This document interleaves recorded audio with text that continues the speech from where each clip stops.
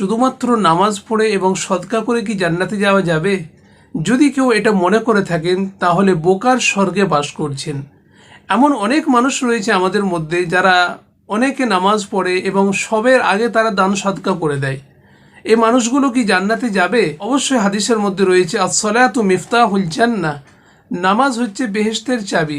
জান্নাতে যাওয়ার জন্য নামাজ বাধ্যতামূলক, কিন্তু নামাজের পাশাপাশি আরও একটা জিনিসের নির্দেশ আল্লাহ নবী দিয়েছেন, যে জিনিসটা পূর্ণ না করলে মানুষ জান্নাতে পৌঁছতে পারবে না। সহিহ মুসলিমের হাদিস, নবীজি জিজ্ঞাসা করলেন সাহাবীদেরকে যে সব থেকে নিঃস্ব ব্যক্তিকে? সাহাবীরা বললেন যে ইয়া রাসূলুল্লাহ, যার কাছে টাকা পয়সা ধন দৌলত নেই সেই হচ্ছে গরিব। নবীজি বললেন প্রকৃত নিঃস্ব হলো সেই যে কিয়ামতের দিন নামাজ, সদকা, সওম ইত্যাদি নিয়ে উঠবে, কিন্তু সে অসহায় অবস্থায় থাকবে। কেন অসহায় অবস্থায় থাকবে? কোনো মানুষের থেকে সে টাকা চুরি করেছে, কোনো মানুষকে কষ্ট দিয়েছে, কোনো মানুষকে হত্যা করেছে, জোর করে মানুষের নামে অপবাদ দিয়েছে।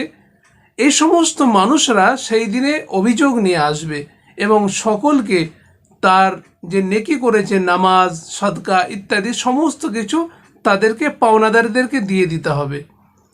যদি দেখা যায় যে সমস্ত কিছু দিয়েও এখনও পাওনাদারদের দাবি মিটছে না, তখন কি করা হবে? পাওনাদারদের যে গোনা থাকবে, যে পাপ থাকবে, তখন সে পাপ তার ঘাড়ের উপরে চাপিয়ে দেওয়া হবে। কত কঠিন, কত মারাত্মক জিনিস দেখুন তো।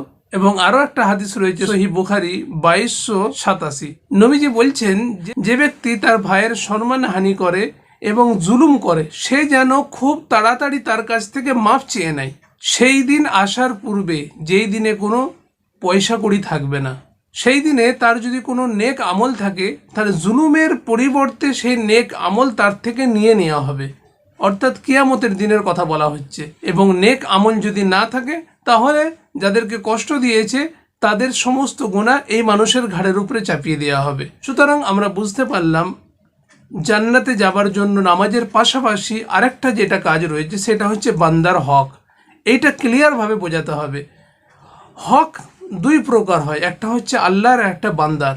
যদি আপনি আল্লাহর সঙ্গে কোনো ধরনের নাফরমানি করে থাকেন, নামাজ পড়েননি, রোজা রাখেননি, ইচ্ছাকৃতভাবে অনেক গুনাহ করেছেন নিজে, আল্লাহ সুবহানাহু ওয়া তাআলা চাইলে আপনাকে মাফ করে দিতে পারেন। তিনি রহমান, তিনি রহিম, এইটা সম্পূর্ণ আল্লাহ তাআলার ইচ্ছা, আপনাকে চাইলে মাফ করে দিতে পারেন। কিন্তু কোনো মানুষের যদি হক নষ্ট করে দেওয়া হয়, কাউকে কষ্ট দিয়েছেন, কাউকে জুলুম করেছেন, কারোর থেকে জোর করে টাকা পয়সা কেড়ে নিয়েছেন, আপনার মনে হয় যেই দিনে ইয়াউমা ইয়াফিরুল মারউ মিন আখি ওয়া উম্মিহি ওয়া আবি, নিজের ভাই, নিজের পিতামাতা পর্যন্ত আপনার সামনে আসবে না, ভয়েতে মানুষ বিভিন্ন সাইটে পাগলের মতো ঘুরতে থাকবে। সেই দিনে যাদের থেকে আপনি পয়সা কড়ি নিয়েছেন, ফেরত করেননি, কাউকে কষ্ট দিয়েছেন, সেই দিন আপনাকে ছেড়ে দেবে এই কঠিন দিনে। সেই দিনে সমস্ত কিছু নেক আমল আপনার থেকে চলে যাবে। আপনার নেক আমল না থাকলে পাওনাদারদের সমস্ত কিছু গুনাহ আপনার ঘাড়ে চাপিয়ে দেওয়া হবে। সেই জন্য নিজের অর্জিত আমল অন্যকে না দিতে এবং অন্যের গুনাহ নিজের ঘাড়ে চাপিয়ে নিয়ে জাহান্নামে যদি না যেতে চান, তাহলে আজ থেকেই আপনারা অপরের হককে মিটিয়ে ফেলুন। মানুষের সঙ্গে কোনো মনোমালিন্য হলে আজকেই সেটাকে মিটিয়ে নিন। আল্লাহ সুবহানাহু ওয়া তাআলা আমাদের সকলকে মাফ করুন।